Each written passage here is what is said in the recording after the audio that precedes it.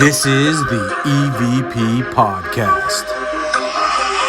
Welcome back to another episode of the EVP Podcast with your wonderful host. I'm DVO. And I'm Beaker. Ghosty's in the house. That's right. Wait, we're all here? We're all here. The stars have aligned. And so have us. And so have us. And so have we. So have we. Thanks for grammaring me. That's what I do on a Tuesday afternoon. That's like my daughter when I say, okay, I'll introduce her to do an activity and she'll go, watch this I can do. And I love it. I don't want to correct her. I love it too much. I recently had a conversation on the phone with your daughter. Yes. You were having pizza. She let you know. She did let me know. And I'm saying that because I know someone else that had pizza. Who had pizza? We're going to talk about it later. Okay. Interesting. That's how I'm leading into our topic this week. We did a little investigation, folks. It was an EVP Team exclusive just for us. Yes. It was amazing. We went to the Utah. You went to the Utah State Prison in Draper, Utah, because it is being demolished right now and being relocated to somewhere else in Salt Lake City. But I think it already was relocated. It already is open. Yeah, It's open. Right. It opened last summer. Open for business. Yeah. They literally just took. It seems like they just took the inmates and said, "Okay, we're moving. Get in this bus," because there's so much of their shit still left in these cells. A lot of Isn't it commissary left. Wasn't it like 4,000 inmates or something like that? I don't even know how many it holds. Yeah, 4,000 inmates. But yeah, like there's so much of their personal stuff still there. It's like they just probably woke them up one day and said, "Hey, pack your shit, we're going." Yeah, it was crazy. Like I was tripping over everything. Fortunately, Beaker couldn't make it with us to the investigation. Scheduling conflicts. I work swing shift. So Yeah. Ghosty and I, along with a couple of our, we'll just say friends. That's all we'll say. They invited us to go there before it was totally demolished. Yep. But the prison, this prison, it's at the point of the mountain, what we call it around here. And it was built in 1951 to replace the older prison that was somewhere else in Salt Lake City. Sugar House. In Sugar House area. Yeah. And they shut it down in 2022. And like we mentioned, they're relocating all the inmates to the new facility now. And so we're going to talk about them out to the swamp. Little swampy areas by the airport here. A lot of mosquitoes. We got it all in Utah. We got deserts, mountains, swamps. We do have Squatches. Squatches. Yeah, apparently. Provo Canyon. Right off the main road. Yeah, that's where they all hang out. But, the Utah State Prison in Draper, Utah. This place has a lot of history, and a lot of crazy inmates have been there, actually. Yeah, in fact, we're going to talk about that. Let's talk about a few of some well-known inmates, maybe their stories a little bit, and then we'll get into the investigation. Who wants to go first? I can go first. Wonderful. So I'm going to talk about a gentleman named Barton K. Kirkham. Is he a pizza lover? I think he might have been. Okay. So let's see. Kirkham was the eldest of 5 children, raised by a Mormon family here in Salt Lake City. He was a fan of bop music and described himself as a rebel. Kirkham left his family's church life and school in the 11th grade and joined the U.S. Air Force. After 18 months, he committed a robbery while he was AWOL. Oh, AWOL. In Colorado. So he committed the crime in Colorado. He was given an undesirable discharge from service, and he spent the next 9 months in reformatory and paroled in July of 1956. So he was born November 29th in 1936. And I believe he also... So there was a robbery in 1955. That's what I just said, yes. Yeah, and then on the night of August 12th in 1956, my birthday, just 30 years before I was born, but burned 30 years before I was born, he entered the Nibley Park Market Grocery in Salt Lake to rob it. When he thought the 50-year-old storekeeper David Avon Frame was not giving him all the money that he had, Kirkham took Frame to the back of the store. There he found 37-year-old Ruth Holmes Webster, the mother of 4 children here in Sandy, Utah. Kirkham had them kneel on the floor and shot them in the head. He got a total of $54 from the robbery. Jeez. He was apprehended the next morning after he was forced a brother and sister to take him on a joyride through Provo Canyon, where when later asked about his motive for killing Frame and Webster, he said, "Man, I don't know." So, first-degree murder trial commenced on December 12th of 1956. He was defended by attorneys Lamar Duncan and Wayne Black. On December 14th, he was found guilty of murdering Frame without a recommendation for mercy and faced a mandatory death sentence. He was never tried for the murder of Webster. He remained at the Utah State Prison. He was remanded to the Utah State Prison on January 11th, 1957, as the sentencing phase of the trial proceeded. His attorneys immediately filed for an appeal with the Utah Supreme Court. The appeal claimed that their client's mental state was not properly taken into account, and the court, on March 25th, 1958, the court upheld Kirkham's conviction and denied him request for a rehearing, sending his case back for sentencing. Kirkham said he was certain he would be executed and resented his attorneys trying to prolong the waiting and stalling around. On April 26, 1958, the judge Larson sentenced Kirkham to death. When asked to select between the option of execution by firing squad and hanging, he responded, "What cost most?" Kirkham said he chose to be hanged because of the publicity, the novelty, to put the state to more inconvenience. He also noted that the state might not execute him in that manner, and he might therefore get off scot-free. It would be the first hanging in Utah since 1912. Kirkham said that he hoped to get some sort of record. One of his quotes, it says, "I heard the shooters get to keep the guns, that they're not going, and they're not getting anything free from me." While on death row at the Utah State Prison, Kirkham followed newspaper articles and legal briefs of the case and read psychiatric texts and medical journals. Warden Marcel Graham described him as a good prisoner who caused little trouble. Kirkham grew out his hair and beard for 13 months until ordered to get a haircut. He then shaved himself bald to annoy the prison officials. Kirkham maintained a hardened image and reportedly laughed off concepts of mercy or religious salvation. He claimed to have no regret over the killings. Another quote from him: "There was so much hate in me, and it keeps building up, and there was no release for it, and I did not care what happened. The doctor said I felt justified when I killed those people, and they are right. I did. It was revenge I was after. The love that I was denied because my parents spent so much time doing church work, and they still do, and forcing me to stay home and lead the life they wanted me to live. I got my revenge, and I'm not sorry now and never will be. I've had enough of it. I want to die. I'm fed up with it all. I did kill those people to hurt my parents and their good standing in the church. Who failed me? It was not only my parents, but myself and a lot of others. My life is a real mess now, and I will be glad when it is all over with." That was his written statement before he was executed. Oh. On June 4th, 1958, Kirkham appeared before the State Pardons Board for a final hearing for clemency. His attorneys had planned to demonstrate that he was insane with the help of psychiatrists. Kirkham initially told the board that he was a loner and felt no remorse or anything like that. In the final minutes of the hearing, he broke out into an appeal that he would prefer involuntary commitment in a mental institution over capital punishment. The board declined to commune his sentence. Another quote from him: "I don't want my life. My parents are the ones who commuted. They think you can rehabilitate in prison, but rehabilitation comes from within." So as far as his execution goes, he was visited by his parents the night before hanging. Prison guards noticed that it changed his demeanor as he received his parents warmly and was seen by Mormon and Roman Catholic chaplains.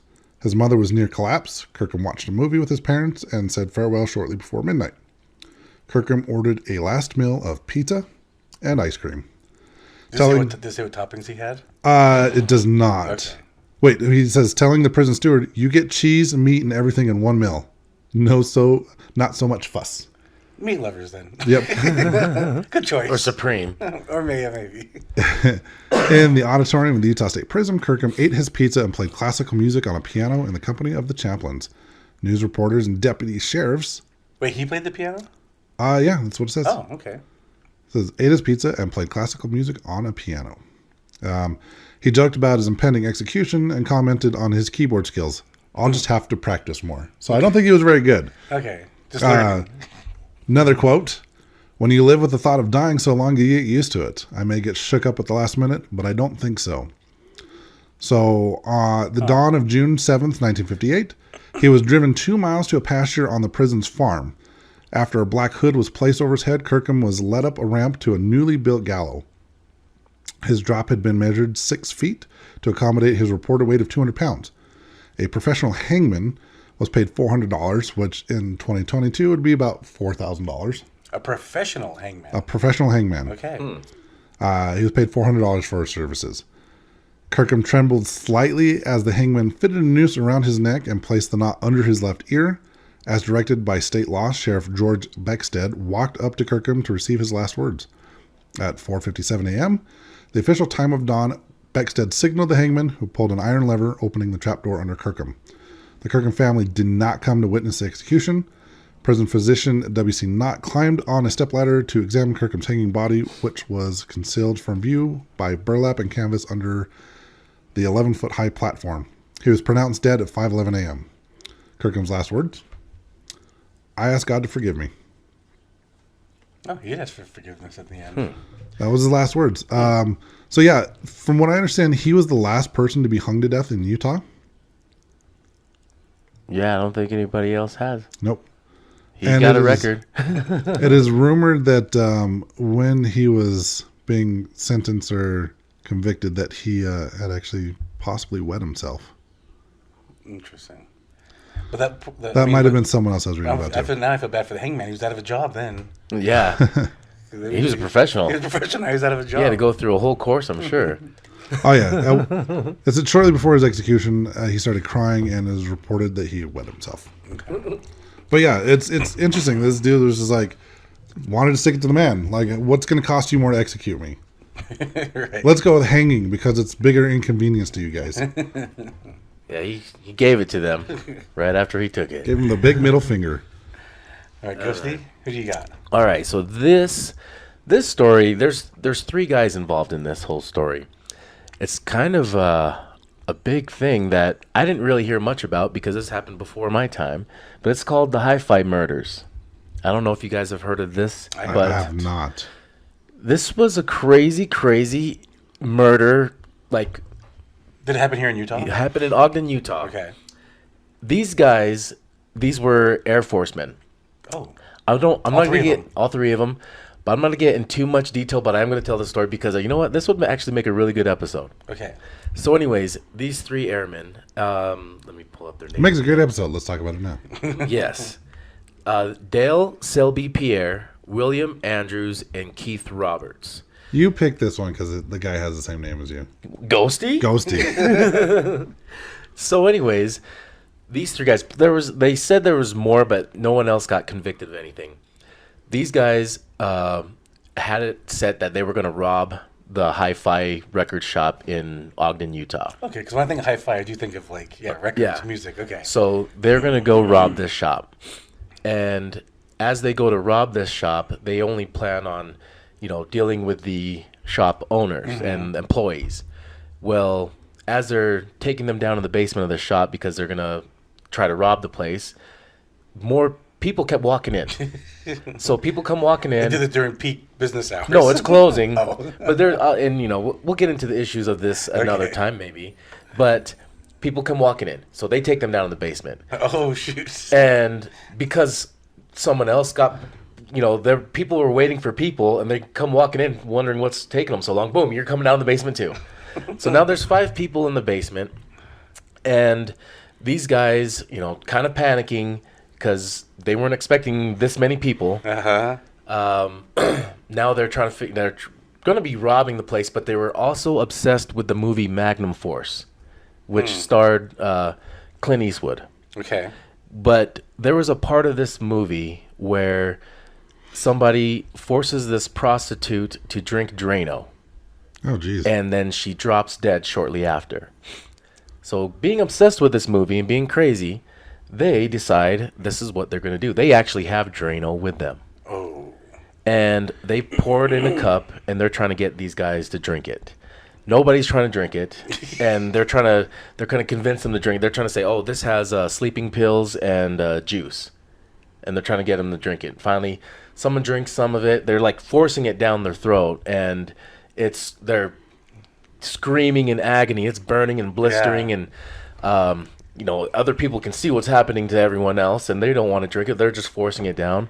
By the time I got to the last guy, he, seeing what everyone was doing, did something to where he wasn't swallowing it and just kind of was spitting it out, but screaming as if the way everyone else was, just imitating Got it. One of the women that was there, the employee, she was only 18, engaged, and she ended up getting raped and then shot in the back of the head. Jeez.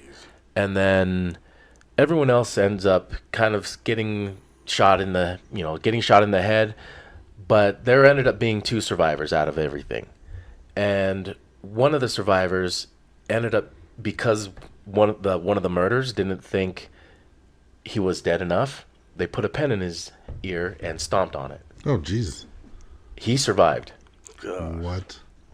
Anyways, the 2 survivors were able to testify, of course, but the way that they caught these murderers was these dumbasses threw all the belongings of these people into the garbage behind on Hill Air Force Base, behind one of the buildings out there.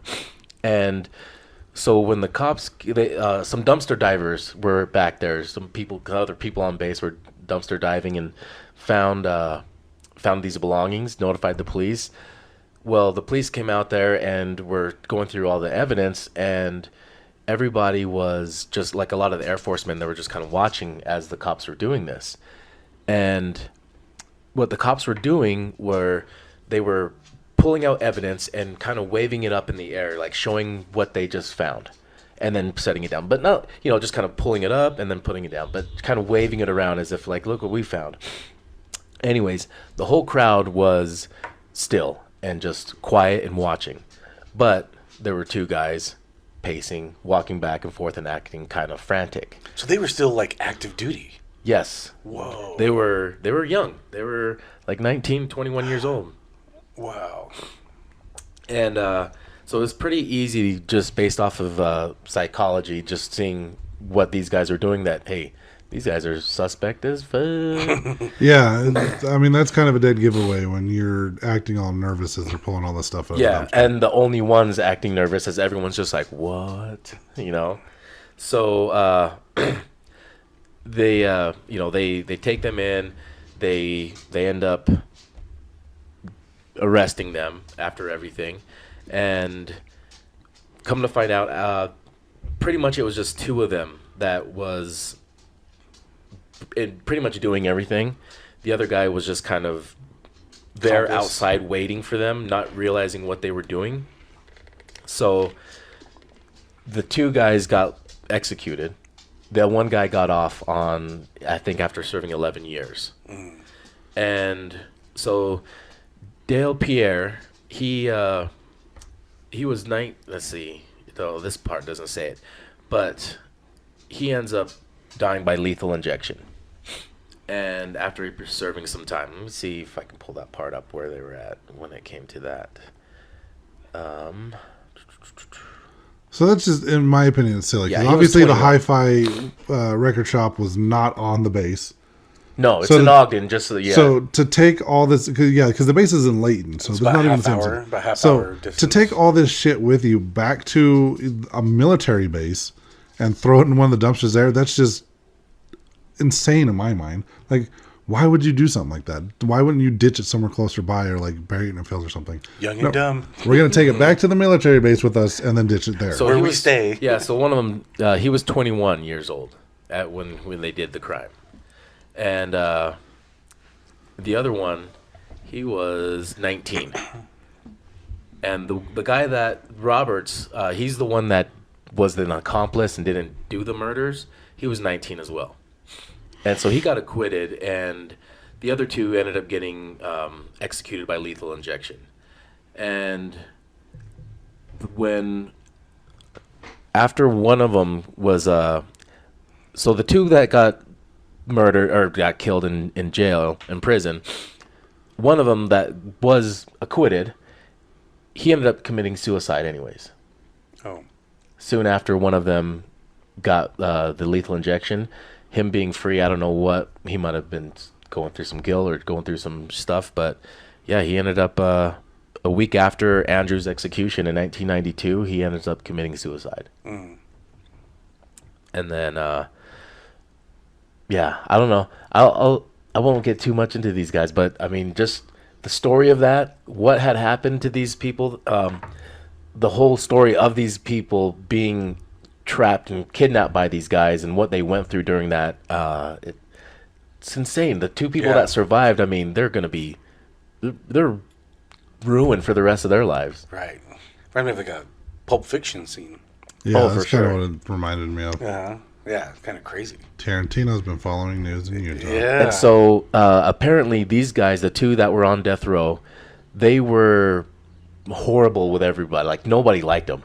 And I guess they were just a shithead to everybody. So there's even a record of another prisoner going to his execution and passing by their cells and talking shit to them, like "I'll see you guys in hell" or something like that. But yeah, I guess nobody liked these guys. Interesting. I don't like him either.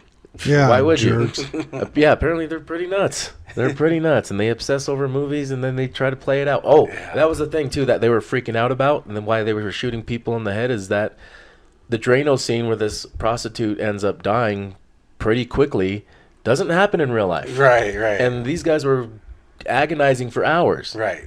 Writhing in pain on the floor. Yeah, in with the their fetal whole position. insides just blistered and turning to ooze.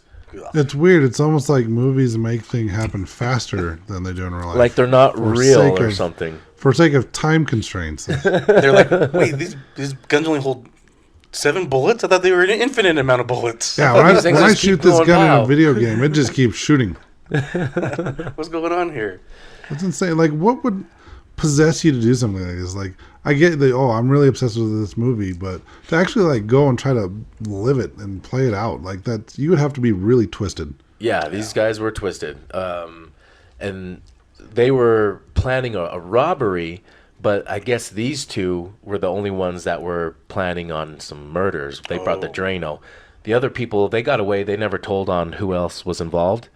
But apparently there was a few more people involved Interesting. that just never got caught. These guys took the rap for everything. They got caught. And the one guy, he ended up only serving like 11 years and then was acquitted because he was just an accomplice, really, but still there, and people got killed. So Right. you're serving time. All right. I'm going to talk about Ronnie Lee Gardner. Probably one of the most infamous people that were held at the prison. I mean, you could also say Ted Bundy, but he was only there for a moment. But anyway, Ronnie Lee Gardner, let me talk about him. He was born in 1961 in Salt Lake City. He was the youngest of 7 kids. His parents got divorced when he was about 18 months old. And just kind of give a little history about him. At age 2, he was found wandering the streets in a diaper and malnourished. Kind of give you a little history. He was with the welfare system for a moment, then went back to his mom. He was sexually abused by his siblings, is what he claims. He was sexually abused by his siblings, and he and one of his sisters would often run away to what he called hobo camps, so little homeless areas, and hang out there because they didn't want to be at home. By 10 years old, he was already addicted to alcohol and drugs, and he was already getting his first arrest, starting with theft. That was mostly it was just theft. His mom remarried, and he looked up to his new stepdad, who was also a criminal. And Gardner even would help him out. He was like a little lookout for the little B&Es he was doing, breaking and entering. By his early teens, Gardner had already been in detention at a number of institutions. While staying at a facility in Ogden, he was visited by Jack Stat. Jack lived with Gardner's brother, Randy. And the way Randy and Jack met was that they met at a bus station where Jack gave his brother Randy $25 for a little blowy. Okay. Yeah. What? Yeah. Say that again? A little oral sex, a little blowy. Who was it that he was? Like his Gardner's brother gave this guy Jack a little blowy for $25. Was it solid? It was a blow pop. Yes. They were trying to find out how many licks it took to get Yes. to the center. And so when Gardner was released from this facility, he stayed with Jack. Jack actually became his foster parent. And Jack, who got the blowy, right, from his brother, was a cross-dresser and lived with many cross-dressers in a house. And this is where Gardner lived with his brother. And where was this located at? Well, he was in Ogden, a facility in Ogden, locked up, and so it was a detention center. But I don't know where Jack lived. I don't know in Utah. I mean, he's here. Jack would perform sex acts on Gardner and his brother, and even then led to Gardner becoming a prostitute. So yeah, and Gardner said that this was, for him, this was like normal. This is where he had the most stability in his life, though, just because the way his dad never accepted him. His dad always kind of thought maybe it wasn't his real child. In fact, when he was 10 and him and his brother got put in detention for stealing, his dad picked up his brother and didn't pick him up. Like, his dad was pretty adamant, like, I don't know. Yeah, I don't know if you're not even my kid, probably. So he never, didn't really have a dad. He looked up to his stepdad, but he was a criminal. So he felt like he had the most stability living with this cross-dresser that prostituted him. Kind of crazy. And he always felt like Jack was really trying to help him out. He really felt that. Well, at some point when Gardner was in his later teens, he met Deborah at an apartment complex that his mom was living at. And they had a daughter in 1977, so he's like 16 years old at this point. He has a daughter in 1977 and a son in 1980. Well, his son was born in February 1980. In that same month, he was arrested for theft again. And for burglary, and he was sent to the Utah State Prison at that point. So that was February 1980. In April 1981, he escaped the prison's maximum security unit. He went to his kid's mom was Deborah. When he escaped in April 1981, he went there, and police found him. He was attempting to murder a man that he believed raped Deborah, his mom. Police shot him in the neck. And he survived. He's a survivor. In February 1983, he was deemed a ringleader in a prison disturbance in which inmates barricaded a cell block and started fires in the prison. This won't be the last occurrence where he's like some type of ringleader in a disturbance in the prison.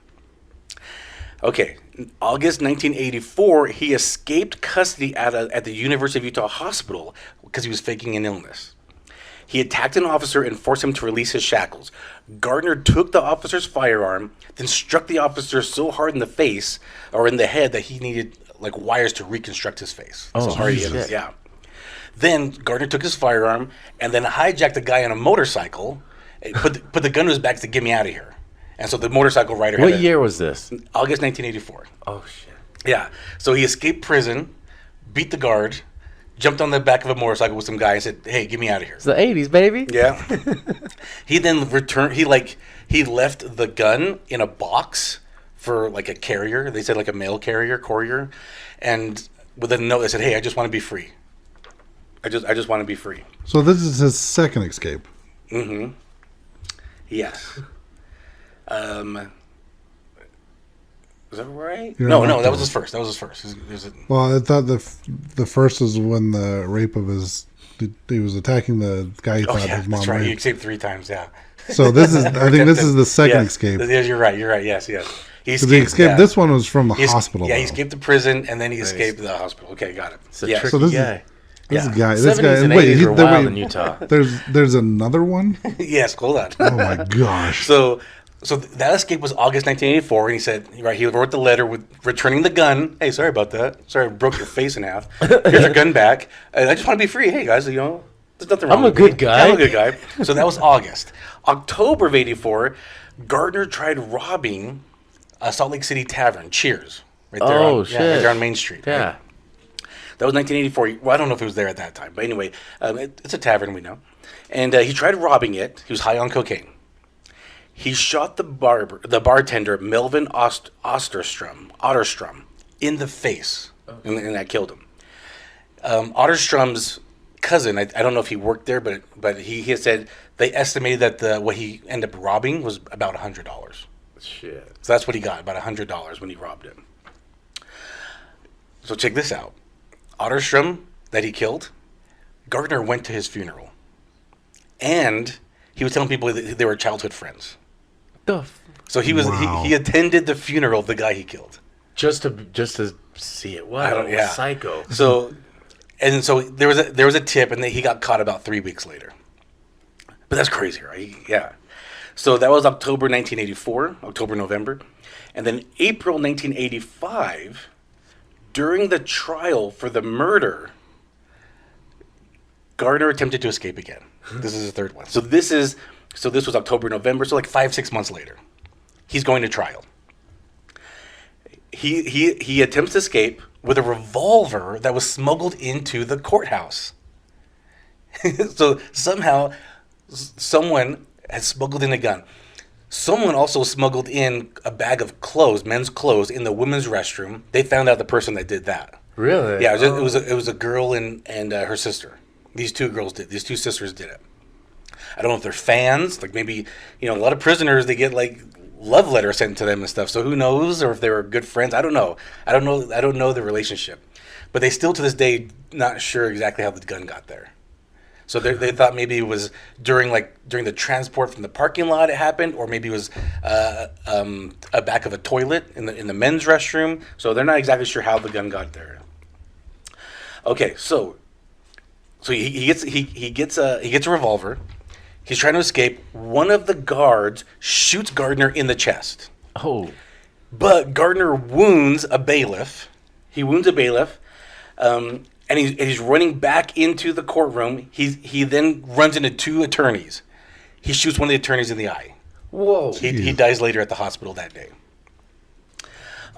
He finally gets out of the courtroom. He's escaping, and he's surrounded by police, and he gives up. Throws his gun down. He's like, I don't have a weapon. Don't shoot. And he gives up.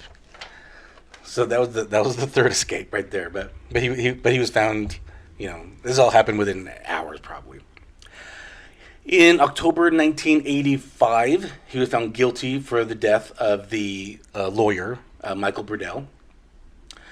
And let's see. Oh, in June. Okay, sorry. So he did. Well, remember he did get shot in the chest. So he survived that shot. So he's been shot in the neck, survived. He's been shot in the chest and survived.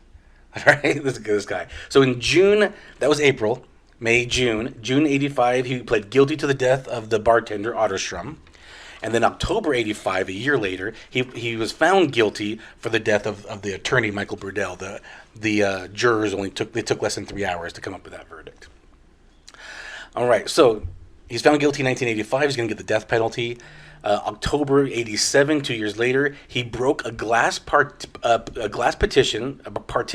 in the visiting area and had sex with a woman who went there to visit him. What? And all the inmates cheered and barricaded the door so the police couldn't stop him from getting one of his fans. Fornicating. Yes.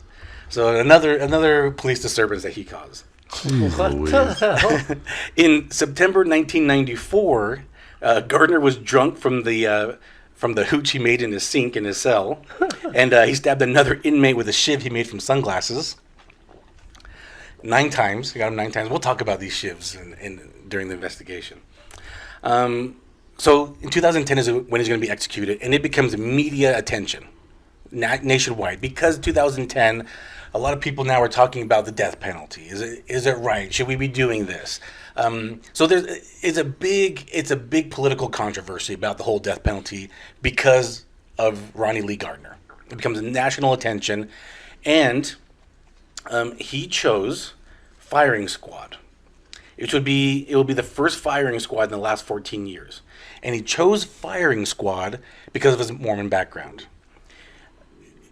Why is the blood of atonement? Are either of you aware of the blood of atonement? No. Beaker? Probably. Okay. So let me know if I'm wrong. I had to look into this a little separately. So the blood of atonement is to atone for your sins by death that allows blood shed upon the ground as a sacrificial offering to not become a son of perdition. Does that sound about right from what you think? Yeah, I don't think I've heard this before. Okay. So that's kind of like he's just saying, me being shot spills blood on the ground. I'm trying to atone for my sins. It's kind of what I'm getting a little bit. I'm not saying it's not a thing. I've never heard of this before. Okay. I thought Jesus already died for everyone's sins, so I don't know what they're atoning for. Atoning? Well, son of perdition, according to Mormon religion, is someone that knows that Christ exists and then denies Christ. Right. So, I don't know. It seems a little. I would have to look into this, but I've never heard of this before. The blood of atonement thing. Yeah, it's a little interesting. So it kind of sets his mentality a little bit. So again, his execution is happening in 2010. It was stated he walked voluntarily to this place of execution, When asked if he had any last words, he responded, "I do not. No." And that's basically your last words, though. Yeah, it gets recorded. He was placing his restraints on a black metal chair with a hood covering his head. Sandbags were arranged all around the chair to prevent ricochet. The firing squad was 5 anonymous volunteer police officers. The officers stood 25 feet in front of Gardner behind a wall with thin port openings. All 5 took aim at a target above Gardner's heart. One of the rifles was loaded with a non-lethal wax bullet so that they would not know with certainty who fired the fatal shot. The countdown started at 5, 4, 3, shot before 2. All simultaneously. Gardner was pronounced dead on June 18th, 2010 at 12:17 a.m. So when they do the countdown, they shoot at... Right before 2. Oh, shit. So he's got a hood on his head, right? And he's just expecting the countdown. But before they get to 2, they all simultaneously fire. So 1 has a wax bullet or 4? One. So 5 shoot at the same time, and none of them know. They're random rifles. They're randomly picked rifles. Yeah. And so that way, for sure, they don't know if they had a fake bullet or if they had a real bullet.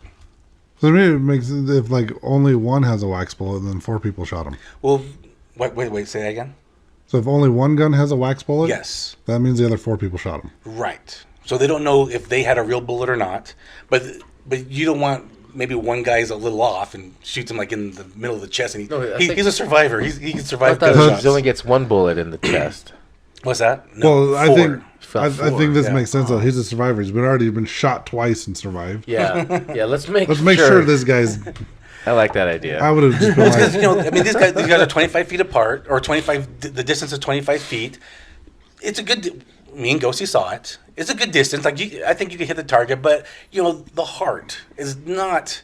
It's what 3 inches long. I mean, it's the size hard. of your fist. Yeah, it's the size of your fist. So they want to make sure. So 4 shots out of those 4, 1 is going to be for sure a death. I would have just put a bullet in all 5 guns and told them that 1 had a wax bullet. Maybe they do. I don't know. Right? You still have that uncertainty. I mean, they could do the opposite. Say, all right, 1 of these is real, 4 of these are fake, but all of them have bullets. Right. They could do that too. We got to make sure he's dead. That's what I would do. And maybe they do. I don't know. Let's kill this bitch. Yep. But yeah, crazy story. Like I mean, this This guy's you can insane. you can make a movie on this guy. They should. Actually, I'm surprised there isn't. Maybe there is. Maybe There actually could be there could be some other stories that have A lot of these made adaptions. notable inmates have movies or books written on them. So we end here at the execution room, and this is where Ghosty and I did most of our investigation. Real quick though, we did take a tour of the prison. We'll just say some random people gave us a tour. Randos. Yeah, some randos gave us a tour. Some squatters. Yeah. Some prison squatters. And we took a tour of the facility. They're the main holding area. That has already been a lot of the prison has been. Looks like a creep. Yeah, he looks like a pedophile, right? Yeah. Ronnie Lee Gardner. Yeah. Yeah, he does. He just looking at his. He looks like a prostitute. I was going to say he looks like an Ogden prostitute. I wouldn't say crossdresser. prostitute. He looks like an Ogden crossdresser. He just looks. He's got this creepy vibe to him. Show the camera. Show the camera for all those of you on YouTube that can see past the ring light. Yeah, he just got this creepy look to him. His smile just says, "I want to rape you." I don't know that it says he that. didn't rape anybody. But it looks rapey though, right? Oh, okay. No. Yeah, it does. So a lot of the prison has already been tearing down. They're going to build like a little mini city there, and we took a tour, and we investigated the cells. The main building. Well, the main building that was the original building was condemned, and there was no going into that one. So I did feel a ton of energy coming from that, but I wanted to go in there so bad. I didn't care what they said. Yeah, but we couldn't go there. They're too scared something might break while we're in there. We could fall to our death or something. Yeah, fall through some stairs. So we're like, yeah, okay. We want to investigate it, but we understand we don't want to die either. So okay. Yeah. So we did go to the main buildings there. The holding cells. The holding cells, and we got to take a tour of it. I think you remember those shows, Scared Straight. Yeah. I don't know why we go on that show and still act like a hard ass. Like I have zero interest in going to prison. Like we were in a cell for 5 minutes just exploring the cell, looking at their commissary, there's some of their personal items, and I'm like, this is enough for me. 5 minutes is enough. I do not want to spend my time here. Wait, was this your first time investigating a prison? Mm-hmm. For him. For you? Well, I'm asking you too. Have I? Do you know if he doesn't even know? No, I went to Alcatraz, remember? We had an whole episode on it. Yeah, but you didn't investigate. You just went on a tour. I went on a tour and I brought my ghost gear, but I didn't investigate it. But That's not the same thing. I've investigated 2 prisons. Which ones? One was the Rollins State Penitentiary in Wyoming. And the other one was the old Price City County building that had a prison attached to it right before they tore it down. Okay. Got it. Well, So yeah, I get it. Like I've investigated prisons. It's creepy as fuck. in Eureka, I went to one of the little jail cells. Yeah, anybody can walk in it. Yeah. It's a holding cell. But just like, Just a holding but yeah, cell. no, these prisons were like. I mean, when we did the one in Price, one of our investigators got an EVP of one of the inmates, I guess, saying, "I'm going to kill you." So I know it's creepy investigating a prison. So I know how you feel. Yeah, and again, it's shut down, right? It shut down in 2022. There's no power in here. There's absolutely zero power. We're just going off of flashlights in the moonlight. and definitely creepy vibe, but it was fun. It was interesting to take a tour of a prison. I didn't feel anything, though, except in the execution room. How did you feel, Ghosty? There was a few areas where I could feel some things, but they were more or less like staying away from us and watching us. Mm-hmm. But yeah, in the execution room, I felt a lot more energy in that area. That was just, yeah, there was a lot in there. I mean, you had a whole line of cells that were people who were awaiting to die, as well as there was a cell next to the execution room where the prisoners spent their last 24 hours before getting executed.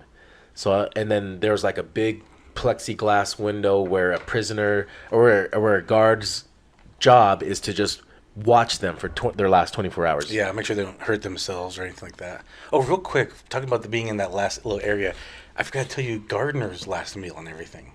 Let's talk about that. So for 48 hours, he had his last meal 48 hours before his execution, again, because he wanted to fast because of his Mormon background. He just wanted to fast. So he had his last meal 48 hours earlier.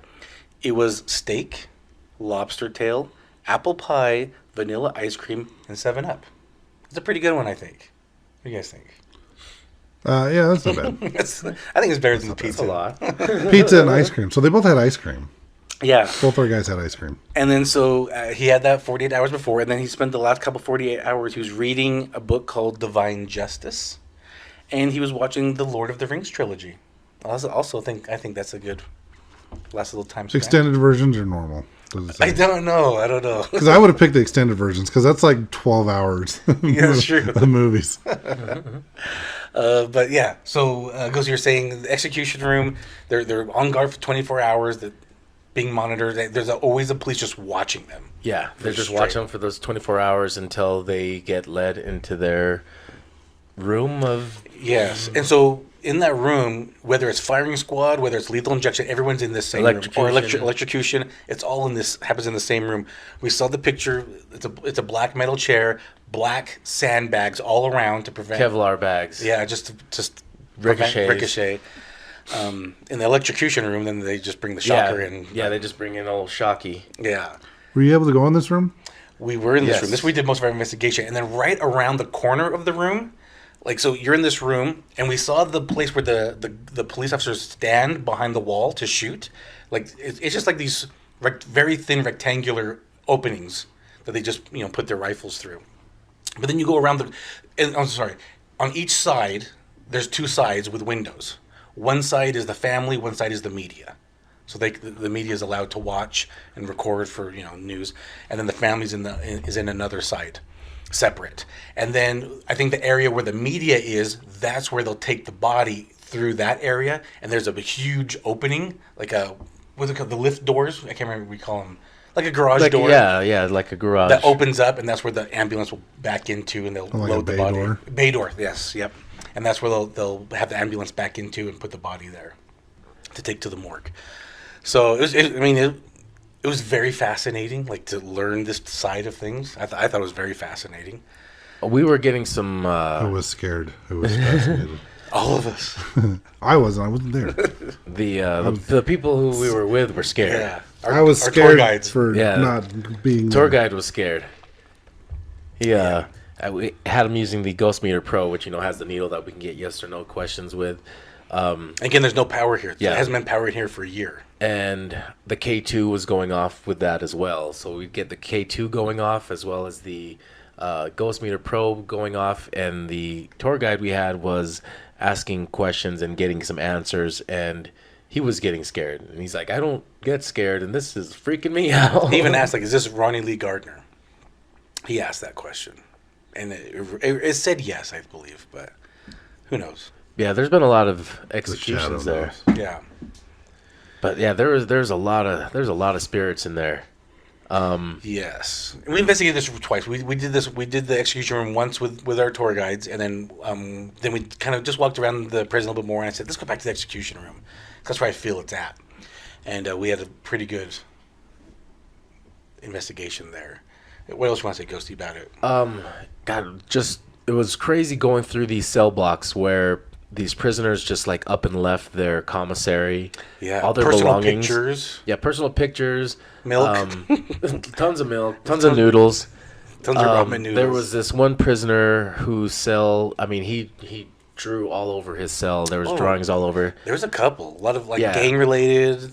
There was one prisoner who we checked out his cell. He was famous as well for he was like stabbing this other prisoner in the neck. It was this black prisoner. He's like some Aryan nation, and he's over here stabbing this black prisoner in the neck. And like I think he locked himself in some cell or something and did that, and the guards couldn't get to him. And so yeah, he just murdered this guy. Yeah, one of the tables had an array of Polaroids. Oh, it was an office of it was some kind of an office. Yeah, it was an office, and they had tons of Polaroids on the desk of evidence, basically you could say of shivs, shanks, knives, handmade, right? Because you can't have those, so they're all handmade out of different items. Like we mentioned, Ronnie Lee Gardner used sunglasses to make a shiv. Yeah, anything plastic you can sharpen it. Yeah, just sharpen it. You melt it down a little bit. So and and then there's pictures of wounds. People with half their ears cut off, big holes in their legs. The weapon and what the weapon did. Yeah, yeah, it's pretty gruesome. Sounds like a great site for Salt Lake's first 15-minute city. Yes, the first 15-minute city's coming in there.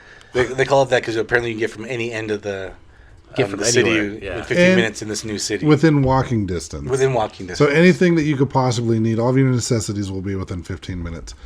And it's going right where all this bad stuff happened. Yes. So Yes. good luck to all those that are going to live there. Yeah, those spirits ain't leaving. They're still Most wandering likely around not. there. So No. Some probably left, but there's probably some that are still going to hang out in that area. So have fun. I'm sure some of those got attached to the prisoners and they just followed them to the new one. Probably. Yeah, maybe. But obviously, when you're investigating and there's spirits there, this is a year after the prison's closed. Yeah. So those spirits probably aren't going anywhere. Yeah, so they're waiting for some new good luck, construction. Draper. Good luck for your 15-minute city. So let's focus on the investigation, because the first investigation was a lot of the meters going off, but the second investigation we did in there, I think I felt like that was a little more heavier. Yeah, that's just kind of where we started getting a little bit more activity, and it was picking up and ramping up, and Yeah, it was basically just the two of us at that point. yeah, and geez, what was coming through when we were doing the when we were asking questions? Do you remember? Well, again, we have these devices, and there's no power here. There's no reason these devices should go off, and we're recording it. And one of it wasn't I guess it's the K2. The one that has a rod at the end. What's that one?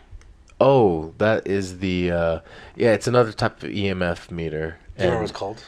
It's You know just an what EMF meter. It's like orange or red handle with a little Yeah. rod that lights It up. Oh, just yeah, picks that's up- that's one of his. It's just an EMF meter. I don't know. Is it? Yeah, Yeah, it it's picks an up EMF. picks up two different types of EMFs. So I have like 3 different types of EMF meters. I have Okay. a Mel meter. I have one that's just an EMF meter, and then the one that's. But the yeah, K2. mine's used by electricians and contractors to Right. find Which most things. EMF Yeah. are for. They're looking Well, for that's what the electricity. K2 is designed for Exactly. too. But ghost hunters, we've ruined everything. Yes.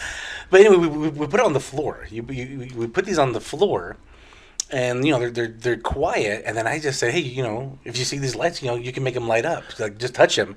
And the K2, or the ghost meter, I think it was ghost meter, it would kind of go off a little bit, but the other EMF reader didn't do anything. And I said, hey, just go ahead and kick it over. Yes. And every time I said go ahead and kick it over, then it would start lighting. Yes, the K2 would spike every time. When you would talk about kicking it over, because it was kind of standing up against this thing. A wire, like standing up against, leaning up against a wire. Yeah, it was something a thick wire. But every time you said kick that over, the K2 would go to red. Yeah. Or orange or red, but it would go off. And it would mostly go to orange, but there was a couple times where it started going to red, and I was like, whoa. Because red, yes, it means it's a high energy. But it was pretty wild because we were getting some interaction and stuff with it and asking things. And then anytime, and you did it about 3 times. You were, go ahead and kick it over. And then pretty much right after you'd say that, it would spike. So I'm like, okay, they're trying to kick it over. Yeah, it looks like they are trying to. So that was pretty interesting. And then there was one time we were doing the Echo Vox. Oh, hold on. Okay, go ahead. While we were doing that, we were hearing a lot of weird noises. Yeah, so let me say that. So I tried to do the shaving haircut again. I did it on the window, nothing. I paused. I tried it again. I'm like, hey, come on, do the shaving haircut. Did it on the window. This is the window where the media would be watching the execution. Nothing. And then as we're talking, then we hear this like metal clang out in the hallway, out of nowhere. Like this metal clang. Yeah, we would get and then a moment later, another metal clang out in the hallway. And I'm like, okay, is that your 2 bits part of the shaving a haircut? I wonder. It was very paused reaction, but we could also hear above us. It sounded like some scuffling or some footsteps above us during a lot of this, and then we'd be quiet, and then out in the hall, through the outside of the execution room, it sounded like a boot foot stomp. And it was like, right as that stomped and that made that noise, you had turned on the Echo Vox. We're like, no, turn it off. What was that? What was that? And we stood there quiet for a little bit and didn't hear anymore. But yeah, we were getting some interaction, and we were getting a lot of noise happening. I would have liked to stay there longer. I do have a recording of one of the noise in the hallway. I mean, what does that prove? Nothing. But I do have that noise in the hallway. Oh, nice. I do have that on the recording. Nice. But it doesn't prove anything. There was never a noise earlier. Yeah, I mean, why would a metal clang noise be at midnight? I don't know, but yeah. Yeah, we were hearing some things, and then our guide had to take off, and we were like, you know what, that's fine. We'll just go with you because we wouldn't have a ride out of there. So we went with our guide with intentions on coming back. And when we came back, we were going to bring Beaker with us. And when we attempted to go back, we got bad news, and somebody ruined it for all of us. Yep. Another guide ruined it. Another guide ruined it. Visitors were banned. So nobody's allowed in the buildings anymore. Yeah, it's going to be I got to see what was being demolished. Yeah. But yeah. And I guess it'll be finalized, I think, in the next 2 months. It'll be fully demolished. It's actually going to be demolished in the next week. Yeah. Yeah, most of it's already down. Yeah, that tall building that we talked about. It's down now? It's gone. Okay. It's already gone. So there's only two There's buildings only left. A guard tower and a couple buildings. Yeah, that tower. Yeah, that guard I wonder if they're tower's going to... cool. I bet you anything they might preserve that guard tower and leave it in the neighborhood. Probably not. That'll be too much of Walking Dead. Right? That would be kind of cool, though. That would be really cool if they left it up there. It's a cool little area. That's where they have you go. You stand here and if you can't see it, it's too far away. You don't need to go there. In fact, there was a law passed because of Ronnie Lee Gardner's escapes that whether someone is armed or unarmed, you shoot to kill. So remember that police officer that shot him in the chest? Yeah. On the last escape? They were like, some people said you should have just finished it. And there was a law that he couldn't. He couldn't just keep shooting him. There was some type of law. Well, one of the state governors or whatever then implemented a law. Said, yeah, whether a prisoner's escaping armed or unarmed, you shoot to kill. So yeah, this guy was caused quite a ruckus. Yeah, he did. Yeah, but it was very heavy in the execution room. I'm so disappointed we can't go back. I know. Before it's demolished. Me too. I know. I wish Beaker could have been there. But it was it heavy. is actually really, really cool being probably one, if not the only, investigators to actually get into the prison and do some kind of investigating before it got torn down. Yeah. There is another prison that's not too far away that we can go in. We just have to make a phone call, make the reservations, and schedule it. That's in a different state. Oh, all right. But we talked to the people that run the Nevada State Penitentiary. A good friend of ours will go with us if we ever decide to go outside of Utah to investigate as a team. Yeah, we need to do that as a team.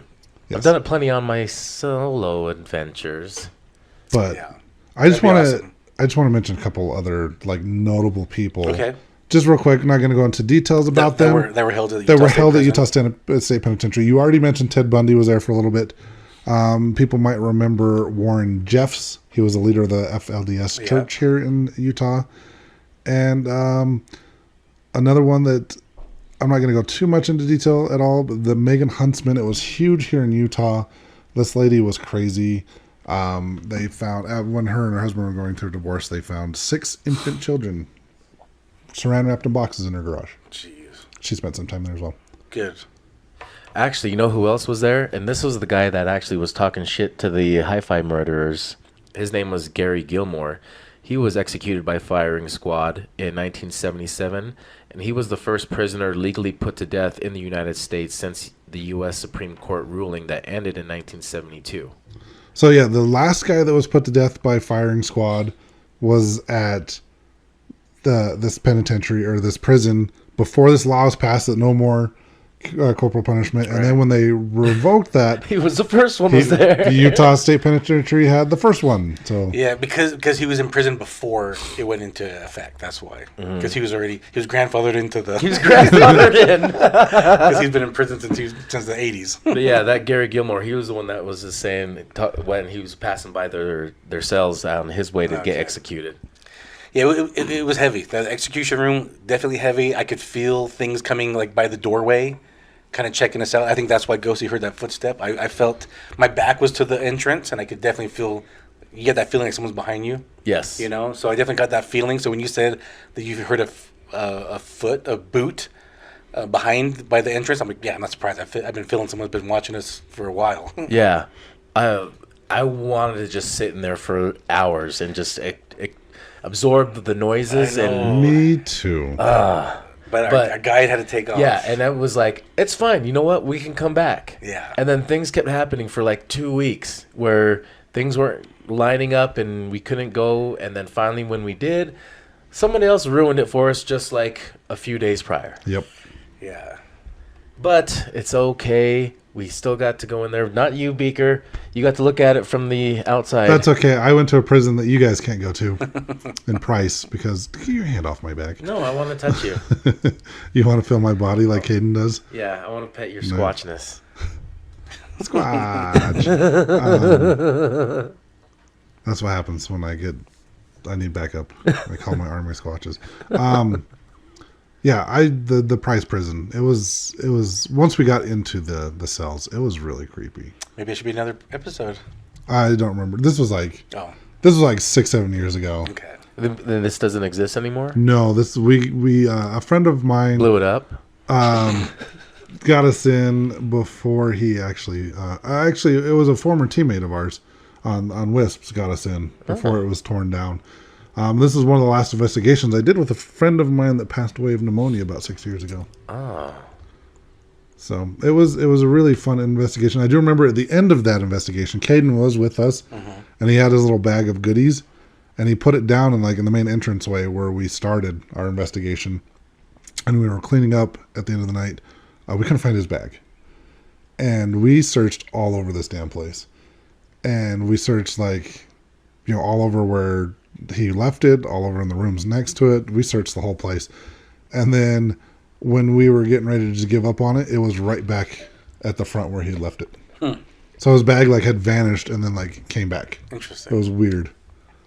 Cloak of invisibility. Pretty much.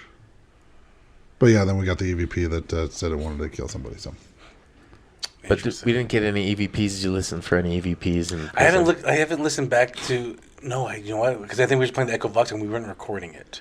We didn't get a ton through the Echo Vox though. The Echo Vox might have been recording, but I don't know if it records through the mic. Yeah.